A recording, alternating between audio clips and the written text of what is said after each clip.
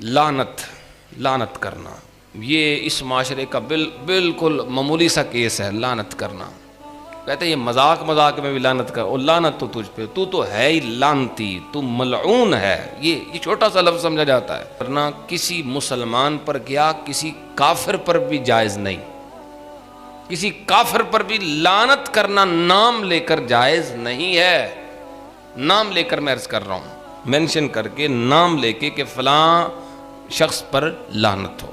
معین کر کے آپ لعنت نہیں کر سکتے. ہاں غیر معین طریقے سے, مثلا جھوٹوں پر لعنت کر سکتے ہیں, کافروں پر لعنت ہو سکتی ہے, مشرکوں پر, ظالموں پر ہو سکتا ہے, لیکن نام لے کے کسی اسپیسیفک شخص کا, کسی خاص انسان کا تو لعنت کرنا جائز نہیں ہے.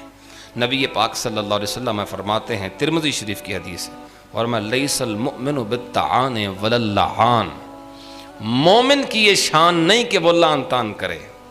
یہ کسی مومن کی یہ صفت نہیں ہو سکتی.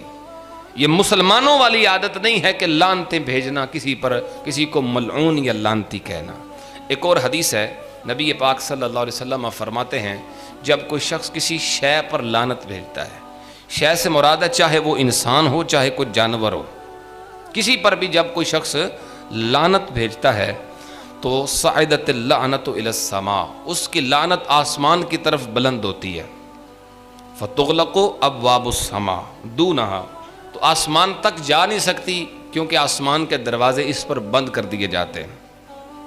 پھر اس کے بعد وہ لعنت زمینوں پر آتی ہے, فتغلق ابوابہا دونہا, اس پر زمین کے دروازے بھی بند کر دیے جاتے ہیں, نہ آسمان میں اور نہ زمین میں. پھر اس کے بعد یہ لعنت دائیں بائیں گھومتی ہے, پھر اس کی طرف جاتی ہے جس کی طرف لعنت بھیجی گئی, پھر جاتی ہے اس کی طرف, پھر دیکھتی ہے لعنت کہ وہ شخص لعنت کا مستحق ہے کہ نہیں. اگر وہ لعنت کا مستحق ہے تو پڑ جاتی ہے, اس کے اوپر پڑ جاتی ہے لعنت, اور اگر وہ لعنت کا مستحق نہیں, وَإِلَّا رَجَعَتْ إِلَىٰ قَائِلِهَا, جس نے وہ لعنت بھیجی تھی اسی پر پڑ جاتی ہے. یہ کوئی معمولی کیس نہیں جناب, بہت خطرناک صورتحال ہے. ہمارے بچے جوان یہ خاص طور پہ جو فیس بک استعمال کرتے ہیں, یہ کوئی کسی کی پوسٹ لگا دیں تصویر لگا کے, یہ صاحب وہ ہیں جنہوں نے یہ گھنونا کام کیا ہے, وہ پتہ کوئی نہیں کسی کو, وہ 4 گواہ کسی نے کیا, ایک بندہ بھی گواہ نہیں ہے, بس لگا ہوا ہے, لکھا ہوا ہے فیس بک پہ, جس کا دوسرا نام فیک بک ہے.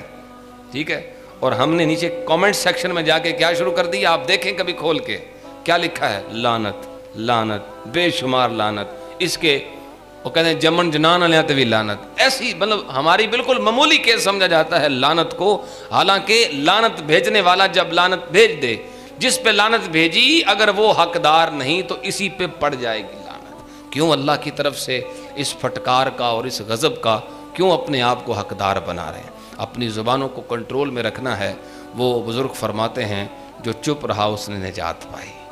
خاموشی بہتر ہے برا بولنے سے. حضور فرماتے ہیں من کان یؤمن باللہ والیوم الآخر, جو اللہ اور آخرت کے دن پر ایمان رکھتا ہے اسے چاہیے بولے تو اچھا بولے ورنہ چپ رہے. اچھی بات نہیں آتی تو بندہ چپ کر جائے.